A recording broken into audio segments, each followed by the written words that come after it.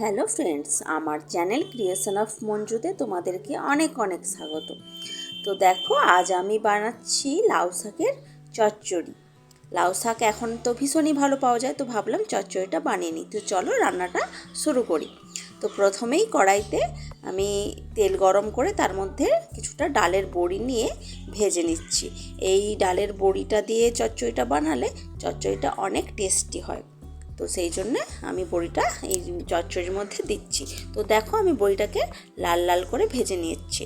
তো এখন বড়ি তো আমার ভাজা হয়ে গেছে। এখন আমি বড়িটা তুলে নেওয়ার পর ওই তেলের মধ্যেই আমি একটা শুকনো লঙ্কা, দুটো তেজপাতা আর একটু আমি পাঁচফোড়ন দেব। তো দেখো, পাঁচফোড়নটা এখন আমি দিয়ে দিচ্ছি তেলের মধ্যে। আর এটা থেকে যখন বেশ ভালো মতো গন্ধ বেরিয়ে যাবে, তখন আমি এর মধ্যে আলুও দিচ্ছি। তো দেখো, আলুটা আমি কেটেছি, মাঝারি টুকরো করে কেটেছি, খুব বেশি বড় না, খুব বেশি ছোটো না, দুটো আলু দিয়েছি। তো এই পাঁচফোড়ন, শুকনো লঙ্কা, তেজপাতা এর মধ্যেই আমি আলুটা দিয়ে ভালো করে ভাজা ভাজা করে নেব। একটু লালচে করে ভাজা হয়ে যাওয়ার পর এখানে আমি গাজর অ্যাড করেছি। এই আমি আলুর মতো করেই সাইজে গাজরটাকেও কেটেছি।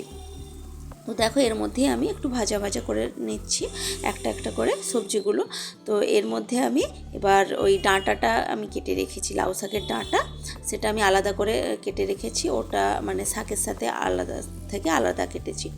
তো এর মধ্যে সিম, বেগুন, সমস্ত যা যা সবজি আমি অ্যাড করব এখনই আমি সব দিয়ে দিলাম। তো দিয়ে এগুলো আমি ভালো করে এখন ভাজা ভাজা করে নেব, হালকা একটু নেড়ে চেড়ে একটু ভেজে নেব।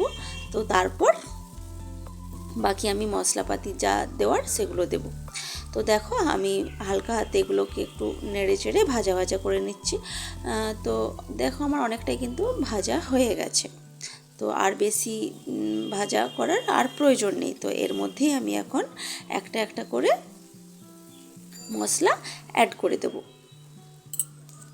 তো দেখো, প্রথমে আমি দিলাম আদা বাটা আর জিরে গুঁড়ো, 1 চামচ আদা বাটা আর 1 চামচ জিরে গুঁড়ো, 1 চামচ হলুদের গুঁড়ো আর হাফ চামচের মতো লঙ্কা গুঁড়ো দিচ্ছি।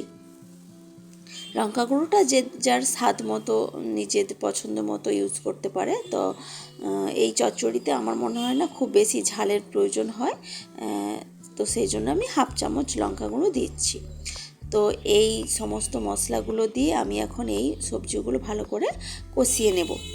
তো ভালো করে নেড়ে চেড়ে মোটামুটি আদা বাটার থেকে কাঁচা গন্ধটা চলে যাওয়া পর্যন্ত কষিয়ে নেব।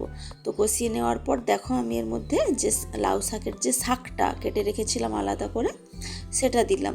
তো এখন লাউ শাকের শাকটা দেওয়ার পর আমি এটাকে ঢাকা দিয়ে দেবো, তাতে করে শাকটা অনেকটাই মজে যাবে। তো দেখো, 2 মিনিট মতো ঢাকা দিয়ে রেখেছিলাম। তো দেখো, এখন শাকটা অনেকটাই মজে গেছে এবং শাকের মধ্যে থেকে কিছুটা জলও বেরিয়েছে, যাতে করে আমার লাউ শাকের ডাঁটা, আলু এগুলো কিছুটা সেদ্ধ হয়েছে, অল্প একটু সেদ্ধ হয়েছে। এখন আমি তো বেশিক্ষণ রাখিনি, এই 2 মিনিট মতো রেখেছিলাম। তো দেখো, এগুলো আমি একসাথে ভালো করে এখন মিশিয়ে নিচ্ছি সবার সাথে। তো এরপর আমি জল এড করে দিচ্ছি, যাতে করে সবজিগুলো ভালো মতো সেদ্ধ হয়ে যায়। আর এখন আমি বড়িটাও দিয়ে নিচ্ছি, আর নুন দিলাম স্বাদ মতো। দেওয়ার পর আমি এখন এটাকে ভালো করে একটু মিশিয়ে নেব সবার সাথে। তারপর আমি এটাকে সেদ্ধ হওয়ার জন্য ঢাকা দিয়ে দেব। তো দেখো, আমি এখন ভালো করে মিশিয়ে নিচ্ছি, যাতে সব সবজিগুলোর মধ্যে নুনটা ভালো করে মিশে যায়, এই আর কি। তো চলো, বেশ কিছুক্ষণ নাড়াচাড়ার পর আমি এখন ঢাকা দিয়ে দিলাম। তো এই 5 মিনিট মতো গ্যাসের আঁচ কমিয়ে ঢাকা দিয়ে রেখেছিলাম। তো 5 মিনিট পর আমি গ্যাসের আঁচটা একটু বাড়িয়ে ঢাকনাটা খুলে দেখলাম যে আমার সবজিগুলো সেদ্ধ হয়ে গেছে। তো এখন আমি একটু চিনি দিচ্ছি। এই লাউ শাকের চচ্চড়িটার মধ্যে চিনিটা দিতে লাগে, তবেই স্বাদটা অনেকটা ভালো পাওয়া যায়।